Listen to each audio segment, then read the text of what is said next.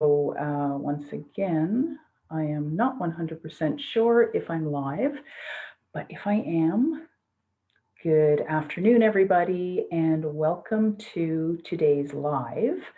Um, Thank you, everybody who had sent me messages and everything from yesterday. I really appreciate it, and those workbooks will be going out to everybody today that had requested them. So just look for that in your inbox.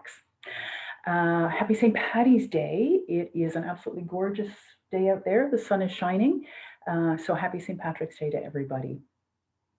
So again, as I mentioned yesterday, I am not able to go directly live into Facebook. I have to go through Zoom to get there. So if anybody is live, unfortunately, I don't know.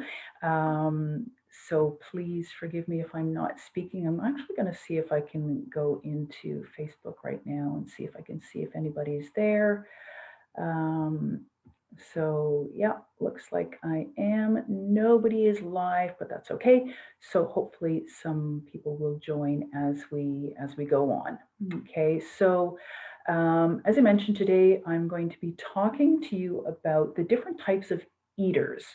There are this is based on clients that I see for weight management. So this is just some types that I have been able to kind of identify and put together. So when it comes to problematic relationships with food, in my experience, as I said, people tend to fall into 6 broad categories. And sometimes understanding which category you fall into um, can um, can make it a little easier to help with the process of releasing weight. So you might find that you identify with more than one type, which is completely fine. So in my virtual gastric band program that I use, the approach to weight management, it's much more sensitive to individual personalities and psychological drivers than a regular diet can actually be. So I just want to get into so the first type of eater is I refer to as the busybody. So I'm so busy, sometimes I forget to eat. Between work and the kids, there's no time to think about food. Or I do a lot of shift work, which makes it hard to plan meals. Eating less isn't such a bad thing anyway, right? It'll help me to lose weight. So does that sound a little bit like you maybe? If so, you're not alone. And quite honestly, I would have considered myself in the past a busybody because I remember lots of times saying, "Yeah, sometimes I just forget to eat." Um, but those are the kind of comments that I hear quite often from clients who genuinely lead busy lives. Some of them have full-on careers and they're working overtime on a daily basis. And particularly now that a lot of people are working from home due to the pandemic, it's easier to continue with your workday. Um, and sometimes it's harder to just be able to switch off and put down close the door to the home office or, close off that corner of the living room, dining room, wherever you happen to be working. Some people are shift workers and they struggle with putting together like an eating routine. And especially right now, again, many people are juggling not only bringing up kids during a pandemic, but homeschooling. That puts a lot of pressure and a lot of stress on people. So, the stresses of modern living are really well documented, and again, particularly now during the pandemic, and they can have such a huge impact on our eating habits and our behaviors. From not having the time to plan meals, not being able to shop for food or prepare meals, or just simply running out of time to actually sit down and eat. But these are all things that are detrimental to our health. Some people might actually believe that, well, it's not, if I'm forgetting to eat and I'm not eating, then how can that be detrimental because I'm actually then losing weight? But that's not actually the case. So what happens is, if we're not eating enough calories, the body goes into this natural state of, I call it kind of a state of famine. So your body thinks that there is a famine coming and that there's not enough food. So therefore, it stores more fat and it burns muscle. So this is what will happen often if we're not eating enough. But the body will then just store and hold on to energy in the form of fat. So the second type of eater that I wanted to talk about is the super snacker. So eating 3 square meals a day, comprising of a breakfast, nutritious breakfast, lunch, evening meal. It's the traditional and effective way for our bodies to be healthy and maintain a stable weight. But many clients, they do successfully manage this and achieve this, but the problem lies in the fact that they they um, they struggle to understand, because they're then snacking, right? They're snacking after a meal. So they're eating those 3 meals a day, but what happens is they don't even realize that they've got this habit of snacking, and often it happens in the evening. And sometimes, I mean, I've had lots of clients where they'll, I'll sit down with them and I'll say, okay, so walk me through a typical day, what you would eat and that kind of thing. And they tell me all about, well, I have this for breakfast and, it's all very healthy stuff. And then, it's like, oh, okay, well, are you eating enough? And then sometimes it'll come out later in the conversation that, well, when I sit down in the evening to watch TV, I will grab a bag of chips and I'll finish the whole bag of chips, or I'll grab chocolate, or I'll have a bottle of wine with my meal, or whatever. So it's they're having those healthy meals, but they're then having those snacks in the evening. And as I say, it's usually in the evening when they're, after dinner is done, maybe the kids are in bed, so you're sitting relaxing in front of the TV, sitting on the couch. And trust me, when you're sitting on the couch in front of the TV is it's almost as powerful as a hypnotherapist. Let me just say that. So even a small amount of screen time can effectively put you into a trance.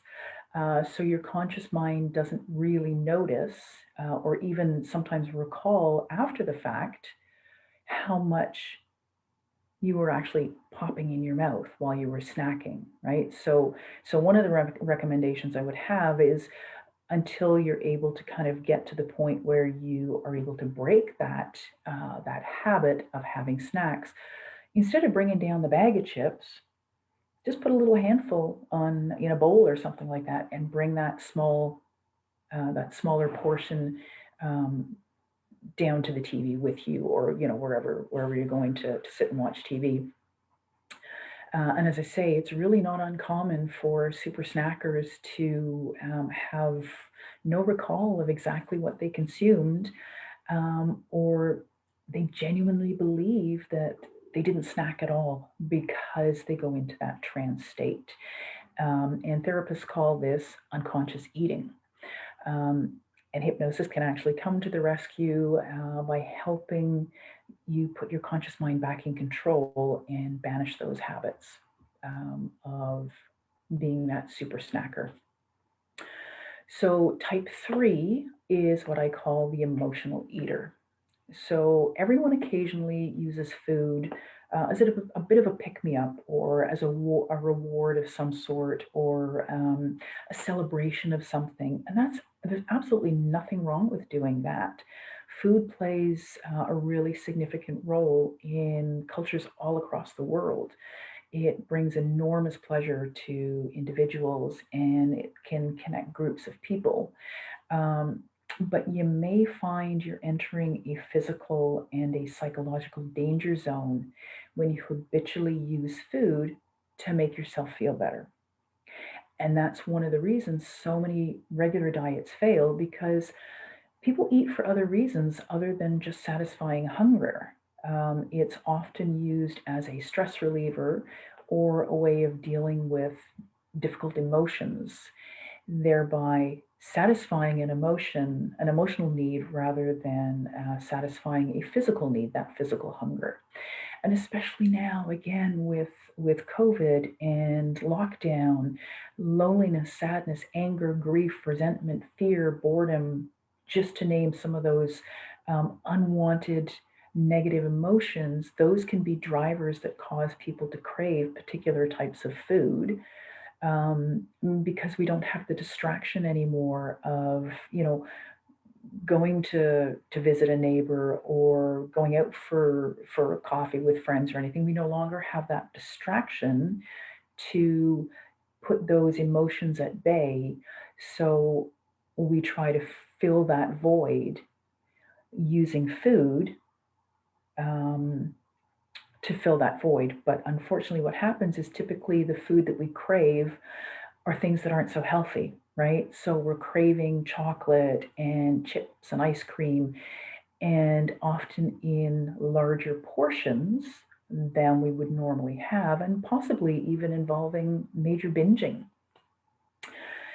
So, unfortunately, efforts to deal with these emotions in this way, they just don't succeed because they're not a solution to the actual problem. You might find yourself experiencing additional negative feelings then of feeling guilt or feeling shame for overindulging.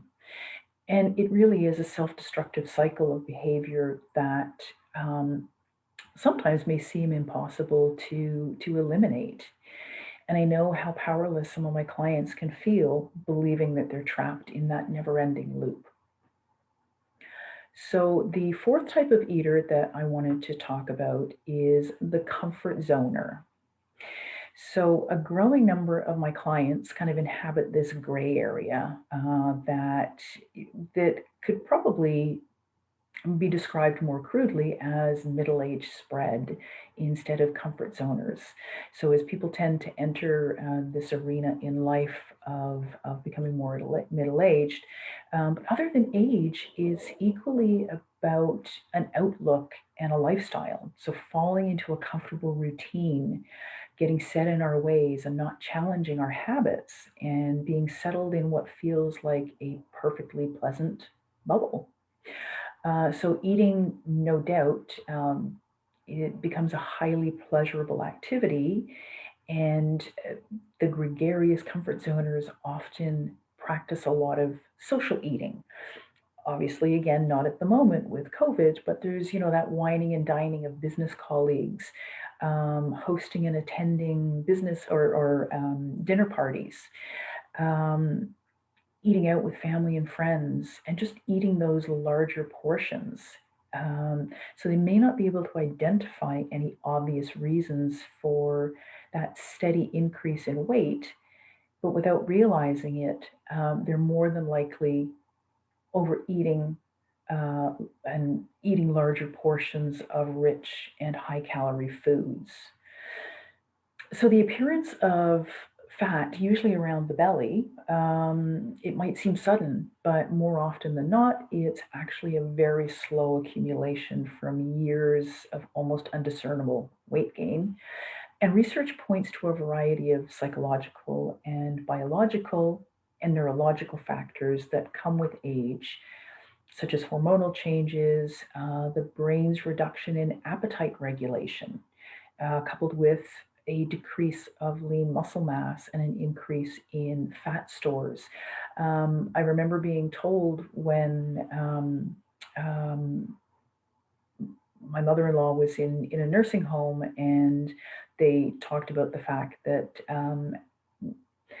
our taste buds change as we age, and the last taste to go My understanding from that conversation, the last taste to go is sweet. So often you'll find as you're getting older, you crave the sweet stuff more because you're able to taste it more keenly. Um, but I mean, don't be tricked into thinking that this combination of physical causes of gradual weight gain has an inevitable outcome. So sometimes comfort zoners are too ready to just give in and believe that it's simply unavoidable and there's nothing they can do about it. Because I'm that age, or whatever it happens to be, I'm getting older, I'm not as active. So that's not the case. There's always ways of dealing with any of these eating types, including the comfort zoner.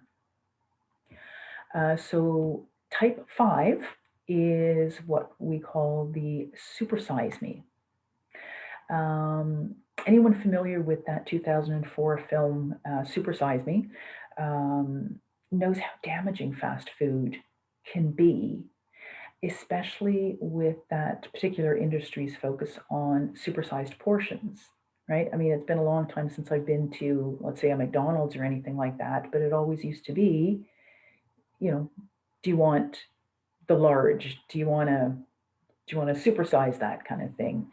Um, so I'm not suggesting that this is that the supersize me is purely when we eat out or have fast food. This notion of supersizing can apply to all types of food, including our home cooked meals. And it just basically means that portion control is pretty much out of control. So there's a whole host of reasons behind the growth of the average adult's meal portions.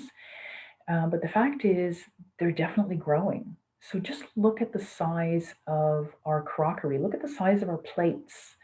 um, Go to a restaurant, go, even buying new crockery, look at the size of the plates now compared to what they would have been years ago. I mean, even look at the difference in wine glasses, right? I mean, take a look at a wine glass now compared to an antique wine glass, even from like 50 years ago. Bowls are bigger, everything is bigger than it would have been years ago. And of course, having larger tableware doesn't mean we should go ahead and fill those plates right up. But that tends to be what the case is because people just automatically fill their plates. So there have been reports about the changing portion sizes since 1993, and there's been a highlighted in the trend for food manufacturers and retailers to actually produce and promote larger portion sizes. And it's been concluded that larger portions encourage us to eat more, and coupled with a shortage of easy to understand guidelines and guidance about what a recommended portion size is, it can be incredibly difficult to work out how much we should actually be consuming. And I'd add a number of other casual factors to this tendency to pile our plates high, relating to common emotional and psychological drivers. In my experience, I found that habits such as this usually stem from childhood conditioning. I mean, I don't know about you, but when I was growing up, I was told to clear my plate, right? Eat everything on your plate because it's wrong to waste food. My parents' thing was there are children starving in the world, right? So clear your plate, be grateful for what you've got. Or conversely, you've got sometimes that shortage of food when you were growing up that creates that lasting fear of perhaps going hungry. Um, so the sixth and final type of eater that I want to talk about is the sedentary scoffer. So we all know that exercise is good for us, right? Physical and psychological benefits have been proven time and time again in countless studies and experiments. And most people are aware that the recommendation is to spend at least 30 minutes doing some kind of vigorous activity at least 5 times a week. But despite understanding this, in the face of it, it is not a straightforward equation. Um, so some people actually find it very difficult to either find the inner motivation to get that exercise. Some people just physically dislike working out or exercising. They just don't like the feeling of bringing on sweat. For myself personally, I get migraines, and I find if I do too much cardio, it will bring on a migraine, right? So there are sometimes physical things that will prevent people from actually engaging in those activities. And some people, because of their weight, if they're too overweight, it just means that they can't actually work out because it can be quite dangerous on some level. And they're unsure how to introduce safe levels of activity into their lives. So this supposedly simple eat less, move more principle isn't actually, or is actually much more complex when it comes to implementation than you might think. So having heard the 6 types of eaters, what type of eater do you think you are? Or are you a combination of eaters? Um, so when we begin to recognize our type, we can consciously begin to actually do something about it that can help us to maintain that healthy body shape, body size, and help us to have that better relationship with food. If you're interested, I have a quiz that helps you to identify the type of eater that you are. So if you're interested in receiving a copy of the quiz, you can either comment below, just comment quiz, or please send quiz, and I can send it to you, or you can send me a private message asking for the quiz, but more than happy to send it to you to help identify what type of eater you are. As I say, knowing the type of eater that you are is often very beneficial in helping you to come up with a solution. So thank you for joining me. And again, I apologize if you're live in Facebook. I can't see you because I have to go through Zoom because my webcam just won't connect me to Facebook for some reason. So if you're live, I apologize for not acknowledging that you're there. And if you're just watching this as a replay, thank you for watching. And I look forward to seeing you tomorrow, 12 o'clock again. So in tomorrow's live, I will be talking about managing hunger. So have a wonderful day, everybody, and I will see you tomorrow. Bye for now.